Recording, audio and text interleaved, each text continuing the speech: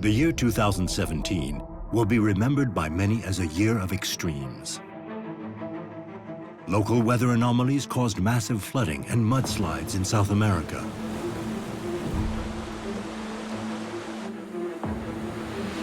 Wildfires spread across arid lands, consuming forests, leveling buildings, and causing unprecedented loss of life in Europe and America. Two deadly earthquakes struck Mexico in separate locations just weeks apart. It was incredible. We thought it was the end.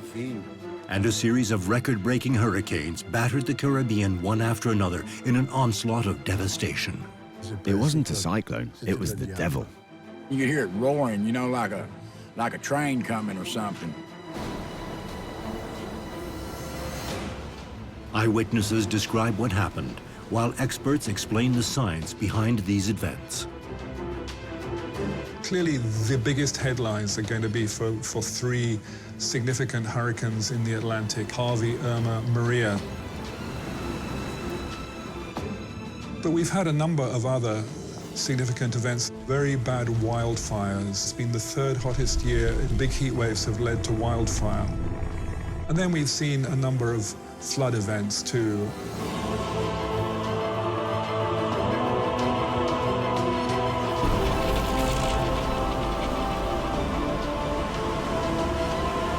Using only professionally shot footage capturing the heart of the action, this film presents the major natural disasters of 2017, from the least deadly to the most dramatic.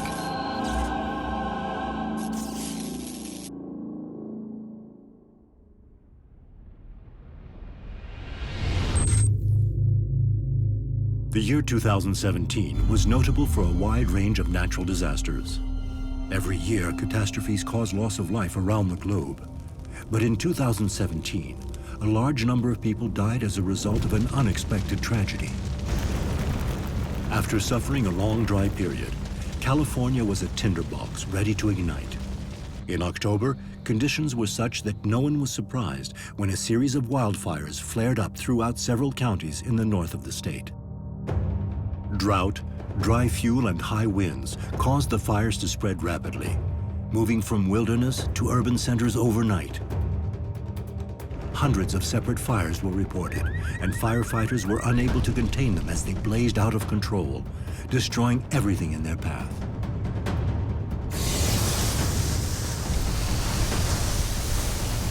The fire's progress into residential areas shocked risk management experts like Robert Muir Wood. In a wildland fire, typically the fuel of the fire is the vegetation and the trees, the eucalyptus trees, the pine trees.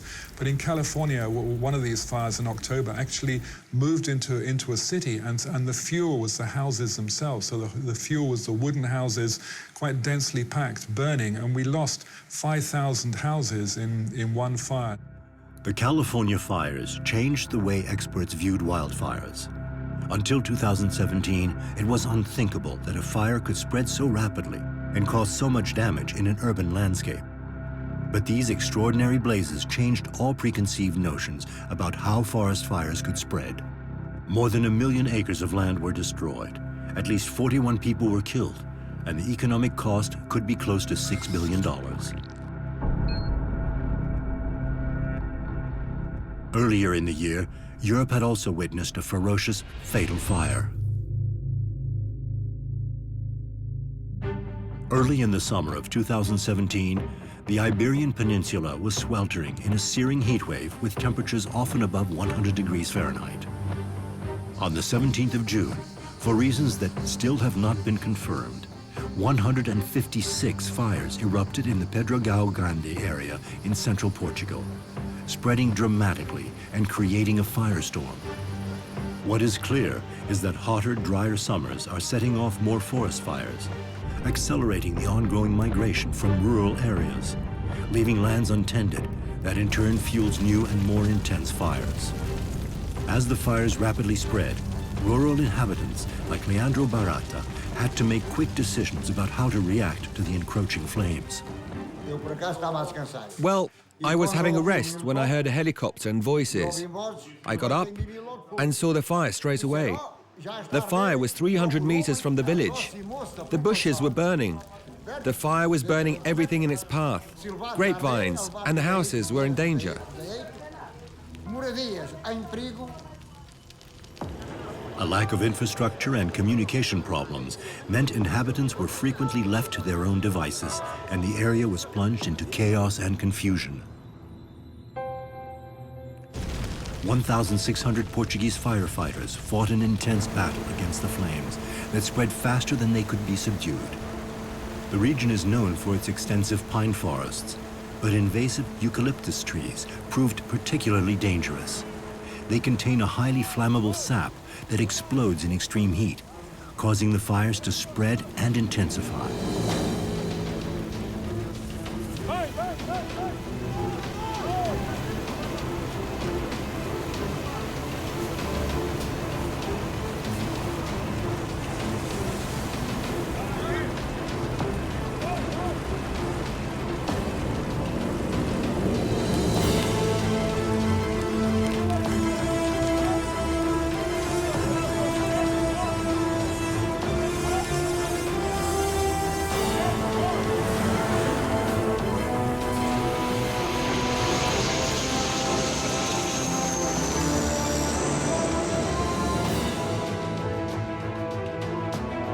Firefighting aircraft from neighboring France and Spain dropped tons of water onto the blazes in a bid to bring them under control. The area has experienced wildfires before, but never on this scale.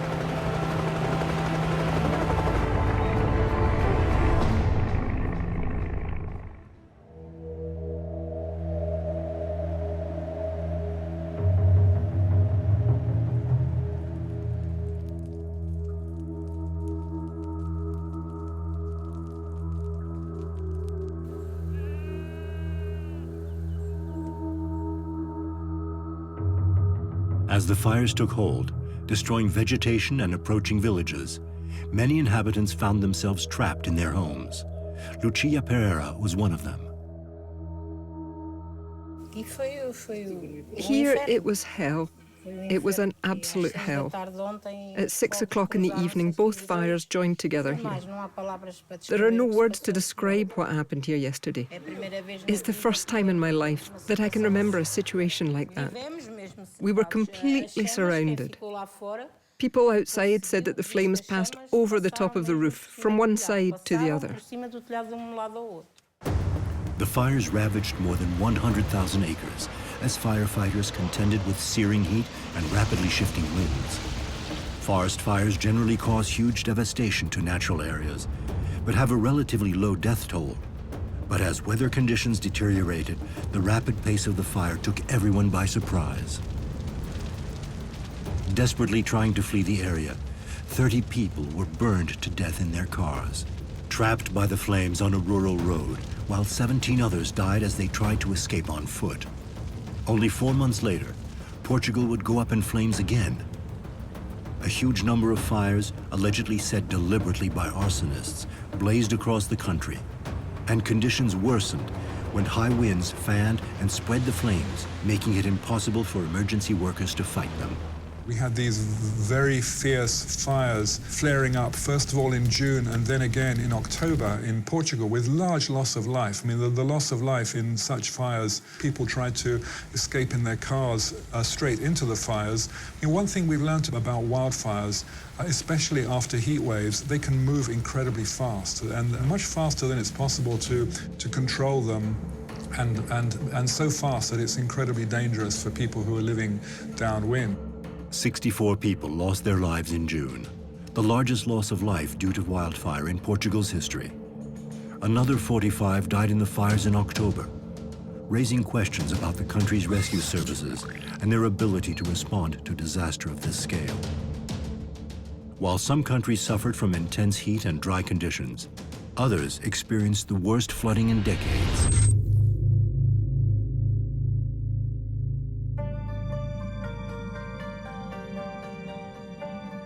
The island nation of Sri Lanka is famed for its sandy beaches, tropical forests, and tea plantations.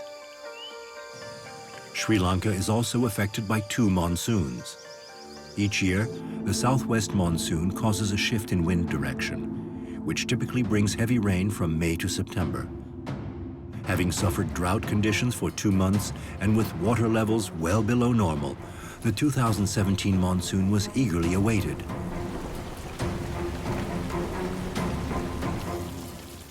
At the end of May, the expected rains arrived, and then some.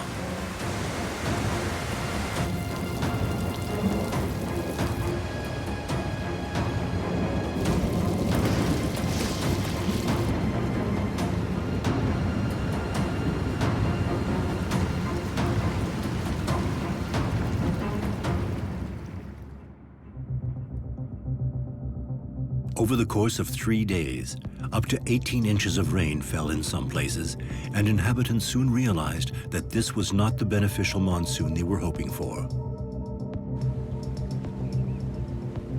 The country's Disaster Management Center issued evacuation notices for residents along several rivers, appealing to people to move to higher ground. When the water level rises, we have nowhere to go. All we can do is move everything we can to high ground. But if the water level rises too much, we have no choice. We would have drowned. We were lucky. Lots of people drowned, and there was a lot of damage. It's sad. By the evening of May 25th, water levels had risen and transformed the countryside from lush greenery to lagoons. Roads and access to villages turned into rivers, and many places could only be reached by boat. Everything was flooded. Everything was washed away with the water. The water rose up to the first floor. A lot of things were washed away. We stayed with him. People from 4 different houses were staying with him. They fed us all for days. Some rivers rose by as much as 50 feet, submerging the countryside for miles around. Residents found themselves in an unrecognizable landscape, surrounded by water. The worst flooding that the country had experienced in 15 years brought secondary problems. People were at increased risk of mosquito-borne dengue fever, and there were reports of crocodiles found in homes. Amil Kumarasidi's home was underwater for 4 days. This was our kitchen. It was destroyed by the flooding. The walls broke and the roof was washed away by the water. The water stayed for 4 days. Yesterday, the water level went down. We've saved bits of roofs so we can rebuild. The water's still up to here.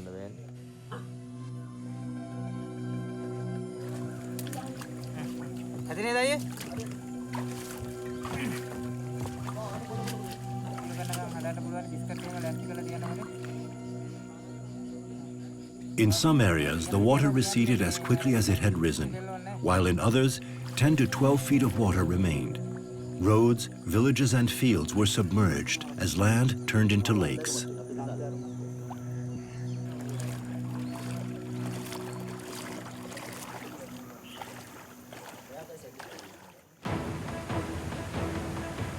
As floodwaters rose, so did the death toll. Towns and villages were stranded when torrents of mud loosened by the rain thundered down hillsides.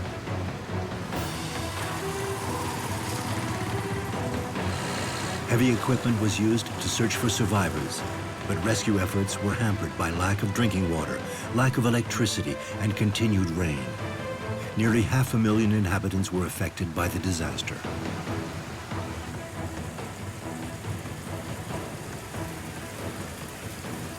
This is the road where people go to the school and the main road from here, from this estate.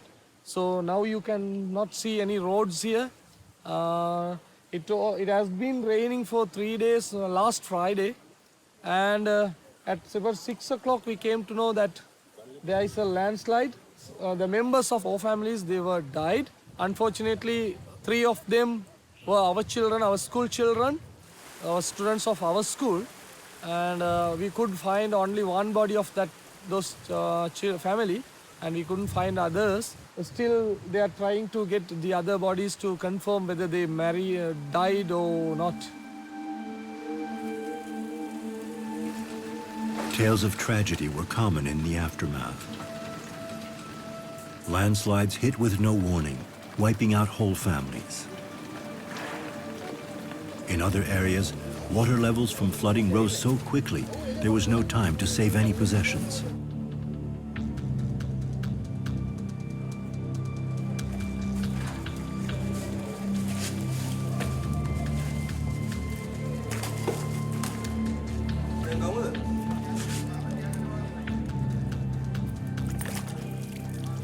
As volunteers pick through the debris, saving anything they can, the scale of the disaster is apparent. As the country modernizes, deforestation has exposed many regions to greater risk from the effects of heavy monsoon rains. Areas that once absorbed water have been cleared to grow crops like tea and rubber. In towns and cities, water levels rise quickly, putting lives in danger and wiping out livelihoods. The monsoon sweeps through as it moves further up the Indian subcontinent. So, I mean, this year the monsoon was particularly intense, and it caused significant flooding. I mean, again, Sri Lanka is a poor country, and the poorest people may be living in the flood zone itself. So there are a lot of features of how poor countries will handle an event like this, which makes them particularly prone. I mean, prone to loss of life, prone to loss of housing, because they haven't moved to build the flood defenses to zone people so they don't live in the most dangerous places. As the waters receded, 220 deaths were declared, and damage was estimated at $1.5 billion. While the monsoon is an annual occurrence, some countries are at the mercy of events that are very difficult to predict.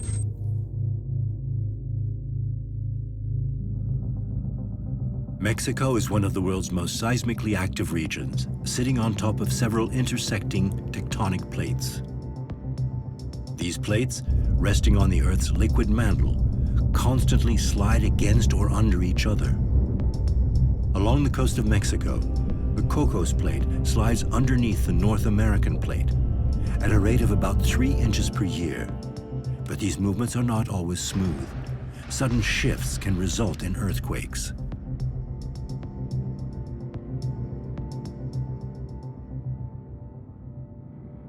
On September 7th, 2017, an 8.2 magnitude earthquake struck the Gulf of Tehuantepec off the south coast of Mexico. Despite being the strongest earthquake to hit the country in the last century, the death toll was relatively low. But less than 2 weeks later, a second earthquake struck.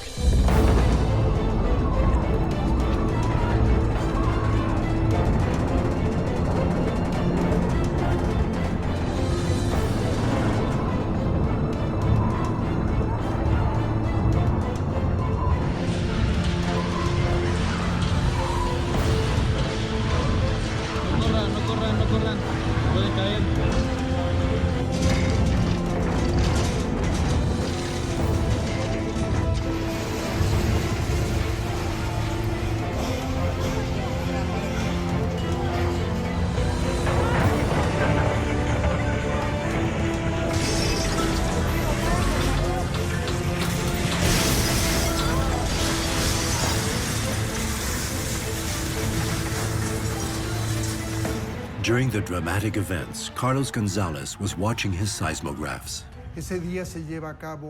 On the 19th of September at 11 o'clock, we were doing a national earthquake prevention drill. Then 2 hours later, at 1:14 p.m., we were hit by a 7.1 magnitude earthquake located about 75 miles from Mexico City at a depth of about 40 miles. It was quite a deep earthquake, a magnitude 7.1, and it caused a lot of damage, again, in the area immediately around it. But actually, Mexico City itself was located, I think, 100 kilometers or so from the location, from the epicenter of the earthquake. Mexico City is built on a dry lake bed made of sand and clay that amplifies the destructive effects of major earthquakes. Exactly 32 years before, the 1985 Mexico City earthquake killed around 10,000 people. It's a big coincidence to have two earthquakes on the 19th of September, one in 1985 and the other in 2017. It makes us think about the way we can prepare and inform people in the country.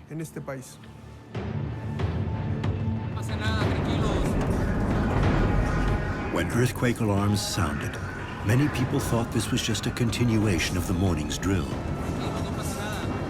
After 20 seconds of violent shaking, it became clear that this was no exercise.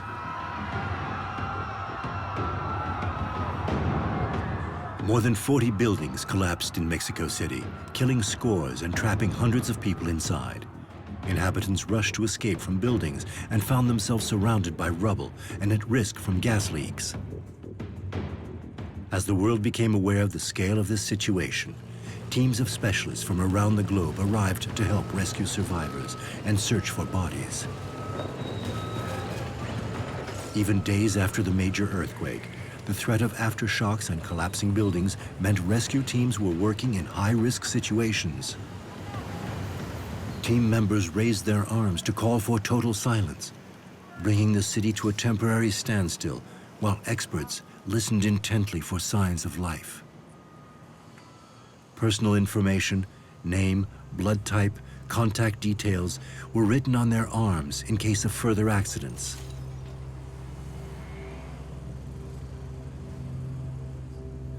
Highly experienced Japanese search and rescue personnel worked tirelessly around the clock. But as time passed, signs of life would become less and less frequent. While media attention and aid were focused on the capital, smaller towns like Ujutla, closer to the epicenter, were largely left to cope with the disaster on their own. Locals like Jorge Miranda had never experienced such an event. I was at home, having lunch when everything started to shake violently. It was incredible. We thought it was the end. It was a terrible day for our town, because it's the first time we've been hit by an earthquake. We didn't think it would happen to us. Today, we are completely devastated. The town is in such a mess that it looks like there has been a war.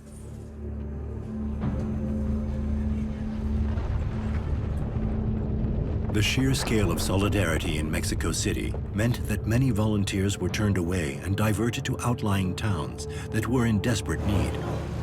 Enrique Juarez and his team arrived from over 600 miles away. We are in Jojutla. It's the worst hit area in terms of the disaster, and also where most help is needed for the population. We started a big campaign to help the whole population of the town. There are many people who participated. We gathered 8 or 9 tons of goods. Things that are essential: medication, water, everything you need to survive. Because unfortunately, we have not come to solve the problem, just to help. The town of Jujutla was devastated by the quake. 3,000 buildings were destroyed, and at least 73 people died.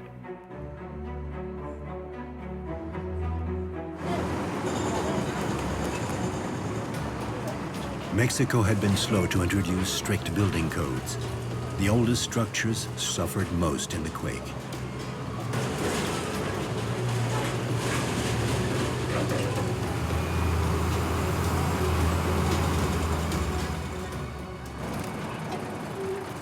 In towns like Ojutla and San Antonio Alpanocan, earthquakes are rare.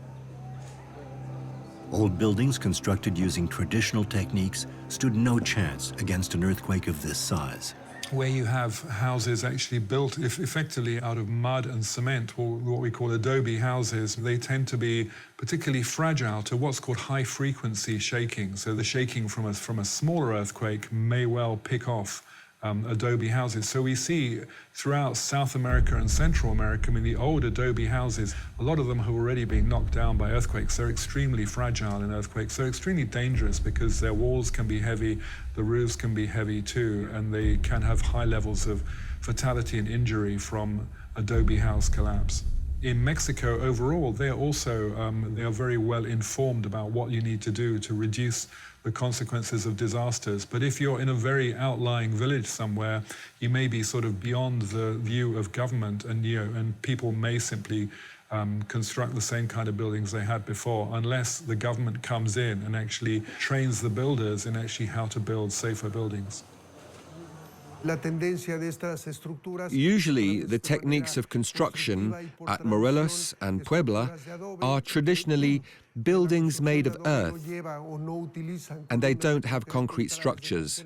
So with major earthquakes, the walls fall down. What we should do is to combine both construction techniques, concrete and steel structures with earth walls, to strengthen the houses that we need to reconstruct in these areas.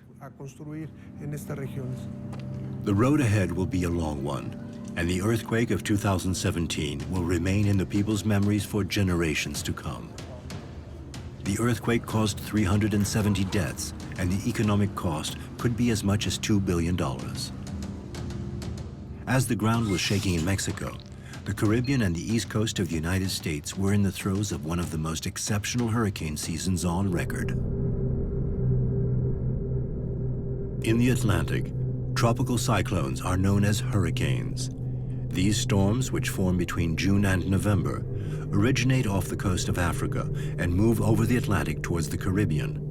They get their strength from warm ocean water, and depending on the speed of their wind, they are classified from Category 1, the weakest, to Category 5, with wind speeds over 157 miles per hour. As soon as they make landfall, the storms lose their source of energy and dissipate.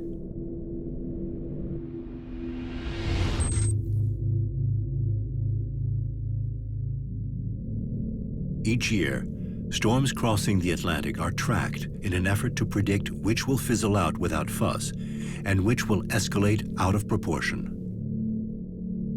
On August 17, 2017, an Atlantic storm lost strength and authorities downgraded it to a tropical wave. Within a couple of days, no more warnings were issued, and the danger seemed to have passed. But as it moved over warm water, it gathered strength, and by August 24th, it had become a hurricane with a trajectory taking it straight towards Texas.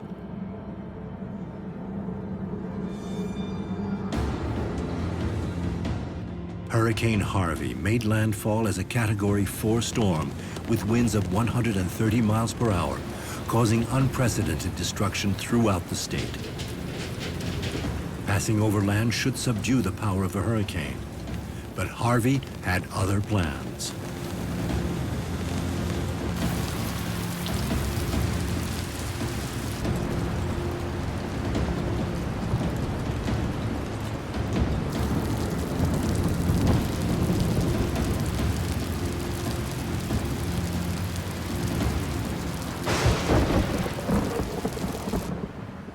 It stalled, it stopped moving forwards 3 or 4 days. It caused record levels of rainfall, never seen before over a 3 or 4 day interval in the US. This rain fell almost specifically on the greater city of Houston in Texas. Houston is the 4th largest city in the US. It's a sort of free-for-all city. It prides itself on not having any zoning controls, which means you can build anywhere. You don't have to ask the question, is it in a flood zone or not? And the city was really devastated by how much flooding there was from the rainfall. Houston's sprawling population of 6.5 million people live on flat terrain that is prone to flooding. The storm's slow progress along the coast would have catastrophic results. The hurricane struck the heart of America's oil and gas industry, closing refineries around the Gulf Coast. Initial loss assessments in Texas estimated that almost 60,000 structures were destroyed.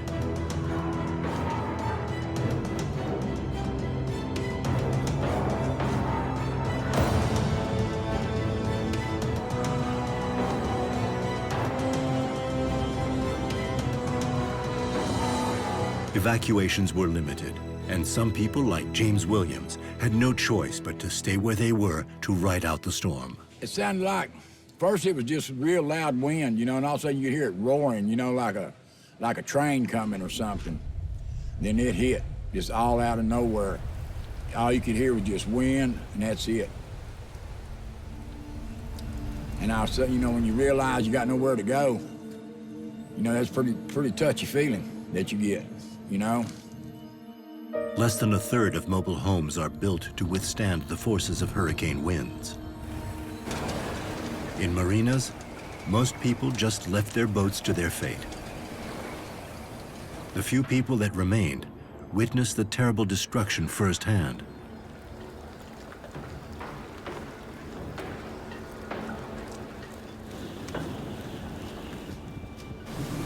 But it was the rainfall that was truly devastating. Houston received the brunt of Harvey's precipitation, with parts of the city receiving more than 50 inches, the amount this city might expect in an average year.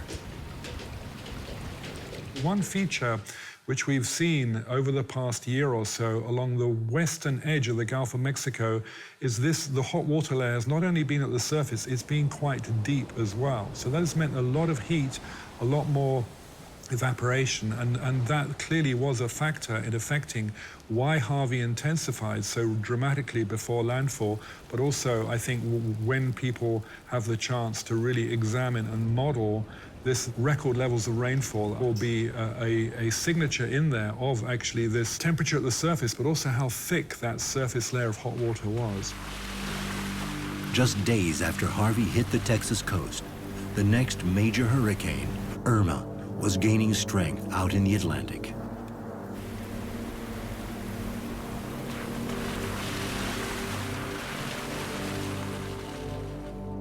Residents of the Caribbean and Florida rushed to prepare for what was about to become the largest ever recorded Atlantic Ocean hurricane, making its way inexorably towards them.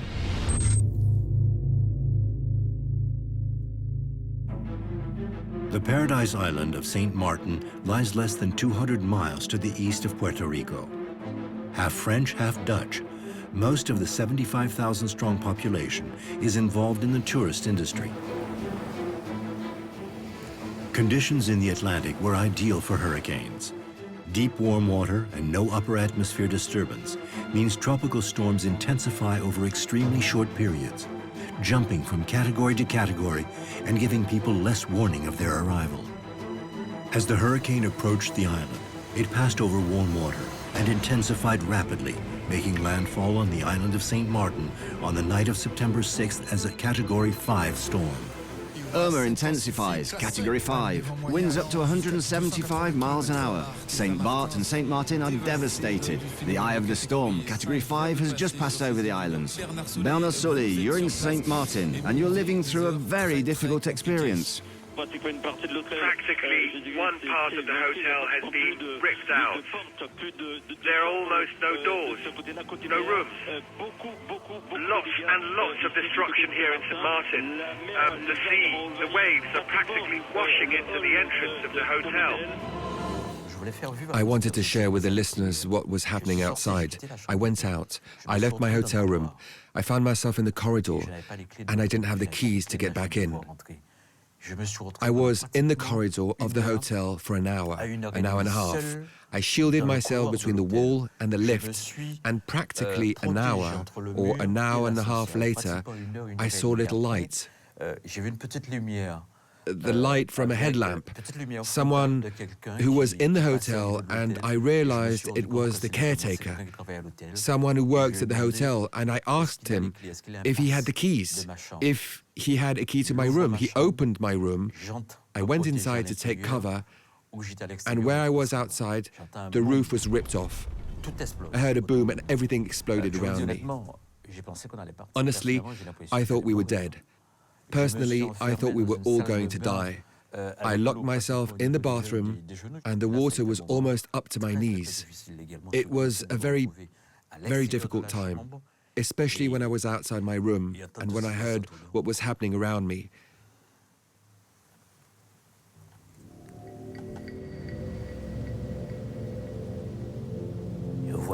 You see, even a month afterwards, I still have trouble talking about it.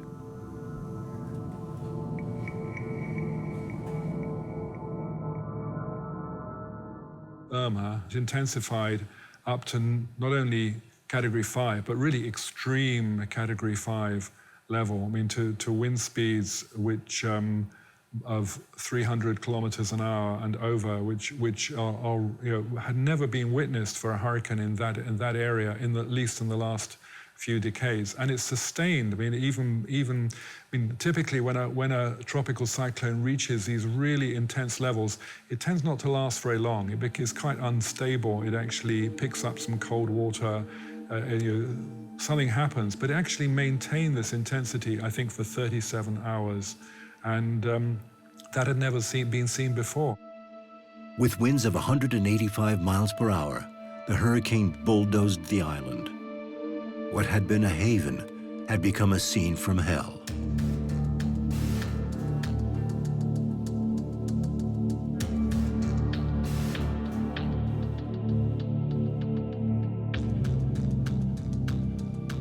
Inhabitants witnessed their houses shaking on their foundations.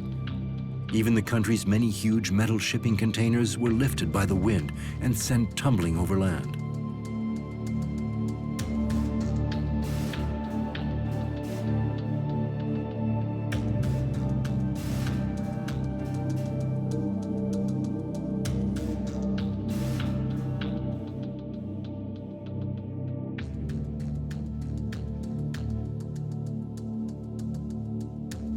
Irma was the most powerful Atlantic hurricane in recorded history.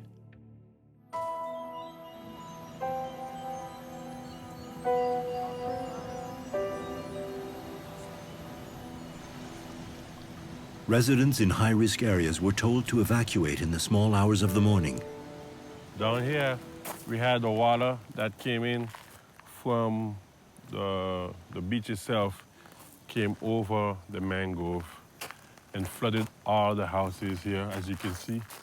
To the top of the house, you can see the marking of where the water had reached. I came back instantly after the hurricane passed, and coming over here, I actually saw a lady right by the house, and she was dead, so I was thinking, you know what, there's lots of people that died down here, and we're not really informed about how much people.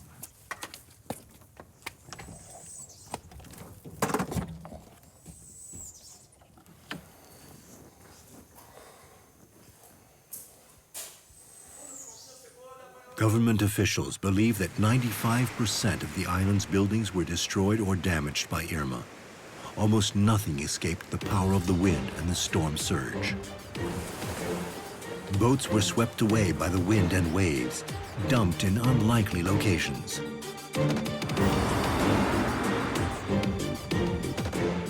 Many people had removed their boats from the water before the hurricane arrived, but despite their precautions, almost all suffered major damage. Those that remained in the ports sank or were demolished as they were smashed against each other. In the island's many marinas, the devastation remains more than a month after Irma's passage.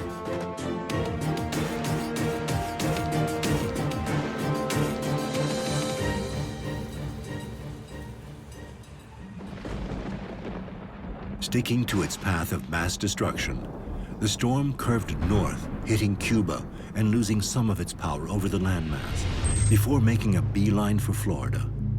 Most of the state's wealth is concentrated on the coast, where beachfront properties are in high demand and at major risk from hurricanes.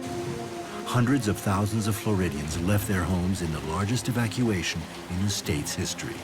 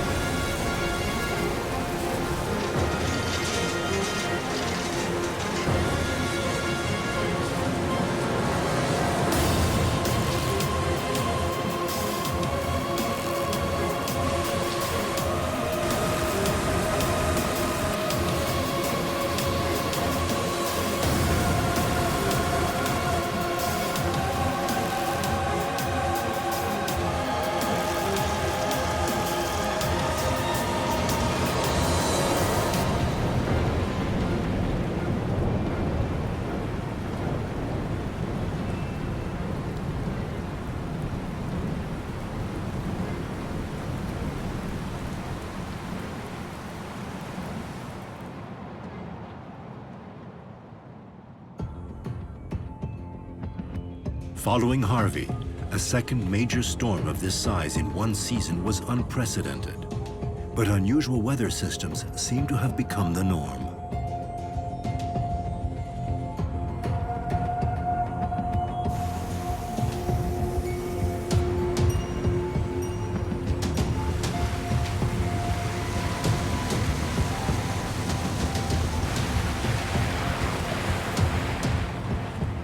Hurricane Irma swept up Florida's peninsula before finally losing strength. 10 million Floridians were left without power after the storm, and damage was estimated in the billions of dollars.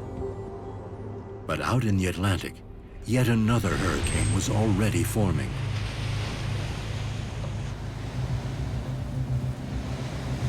This next hurricane was called Maria, and the tiny island of Dominica lay directly in its path. Hurricane Irma had caused little damage in Dominica, and many people thought warnings about Maria were exaggerated. While some people prepared to leave their homes, others ignored the warnings. After explosive intensification, Maria doubled its sustained wind speed from 80 to 160 miles per hour, and Dominica was struck by a Category 5 hurricane. Radio DJ Stephen Dangleben was on the air when the hurricane arrived. At some point in time, we went off air. Okay. And when we went off air, Kurt said, it is too early for us to be off air. We're the nation station. And I said, Kurt, he said, man, we have to run up to Eggleston, which is about 3 miles from here. And when I reached the site, I said because I saw what was happening, the trees, they were swaying and there was a lot of debris to the entrance. I said, I'm giving myself 5 minutes.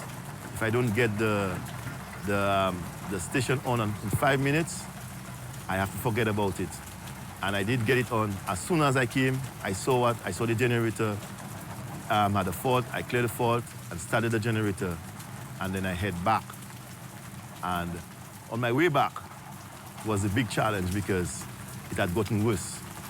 And there was a tree that blocked my path. So I decided to go close to the trees and use the van to break the trees. And it did work, and I came to the station. Hurricane Maria was the 13th named storm, the 4th major hurricane, and the 2nd Category 5 hurricane in 2017. As the hurricane hit with wind speeds of 165 miles per hour, the population soon realized that this was not like any storm they had ever seen before.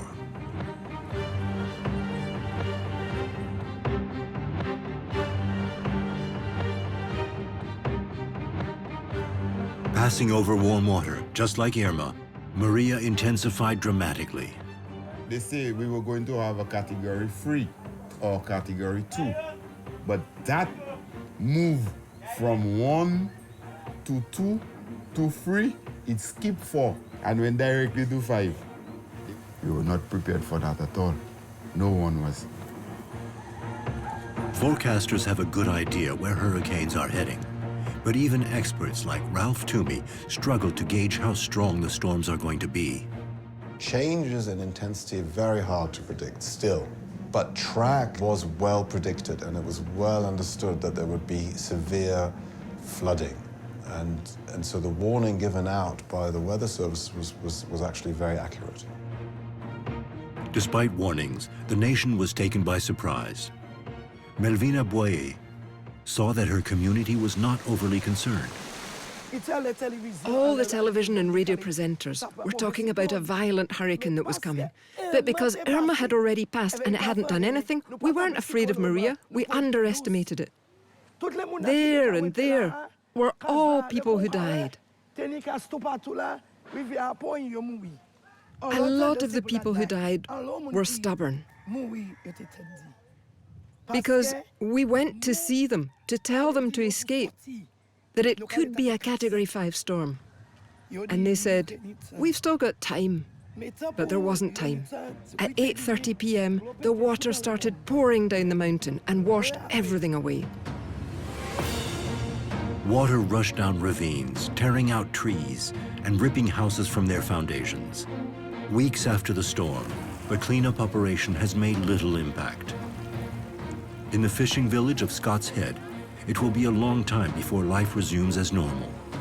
In the meantime, with schools still closed, children find entertainment where they can. The struggle for basic provisions in the aftermath consumes the inhabitants' days.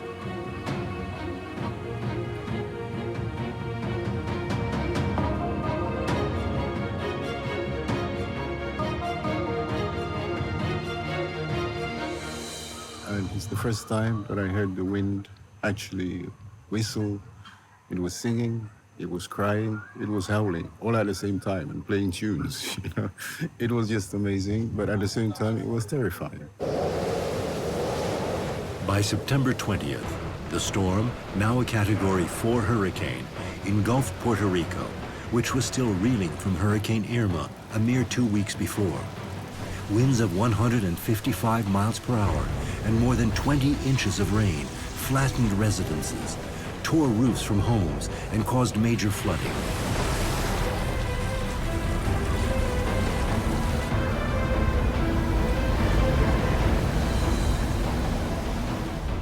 The ferocity of the storm left the entire country's 3.4 million residents without electricity and wiped out communications.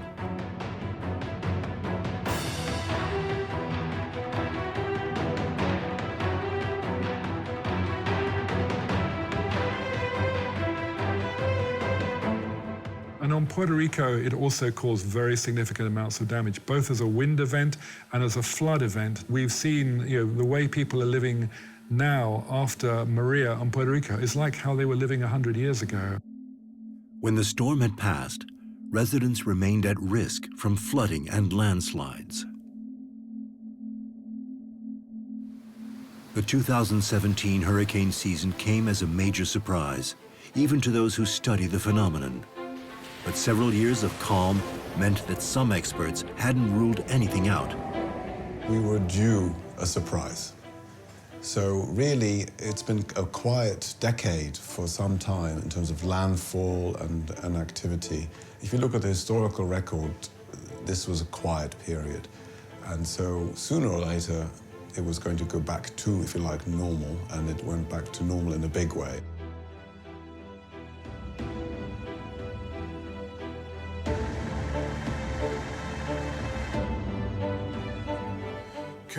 What can we do? That's nature. And at the same time, I tell myself, it's a lesson. It's a lesson for us because we need to realize that nature is changing, that the planet is warming, and there will be more and more typhoons and cyclones, and they will be stronger and stronger. Climate scientists are concerned that 3 major hurricanes in a row could be the new normal. Hurricanes get their destructive energy from ocean heat. As the ocean temperature rises, is it possible that future storms could be bigger than those we have already seen? The theoretical limit for these storms is quite terrifying, so we haven't reached those. And it's really a combination of duration as well. So the conditions have to be favorable and they have to be favorable for a long enough time, and then you can reach very, very powerful storms. So on the whole, if you like, the potential intensity that they can reach generally isn't reached because the atmosphere, there is always some disturbance in the atmosphere which doesn't reach it. But there is definitely potential for much stronger storms. This return to normal meant that whole islands were wiped out, with other regions taking months or even years to recover. The economic damage to the Caribbean and the United States was unparalleled. I think overall the economic impact is probably going to be largest for Harvey, and then second for Irma with all the impacts in Florida, and then Maria in Puerto Rico. I think in terms of the long-term impact, Maria is going to have the biggest impact of all, because the reticence to provide really deep assistance from the mainland US to Puerto Rico has reduced the speed of recovery quite significantly. The economic cost of the 3 hurricanes is estimated at over $350 billion. Harvey alone was the costliest ever hurricane.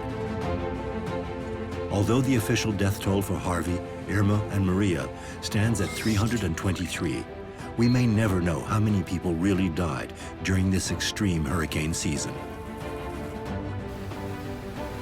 2017 is the warmest year on record that hasn't been influenced by El Niño. Apart from earthquakes, all the year's weather-related events bear the signature of global warming. Extreme floods, ferocious fires, and the strongest Atlantic hurricane ever. Our planet will always be at the mercy of natural disasters. But while we have seen hundreds of deaths this year from earthquakes and hurricanes, the situation could have been much worse. So thankfully now we're talking about damages in terms of dollars. We're no longer talking about tens of thousands of people dying, which not so long ago, 50, 60, 70 years ago, a landfall in the United States would have killed tens and tens of thousands of people. So we have definitely moved on. We find it difficult not to incur the economic damages, but at least the lives saved is considerable. So we've made a lot of progress. As we create protective systems and improve construction to save lives, the economic cost of each disaster rises. Though the death toll has become much reduced, 2017's natural disasters will remain etched in the minds of those who survived the planet's wrath.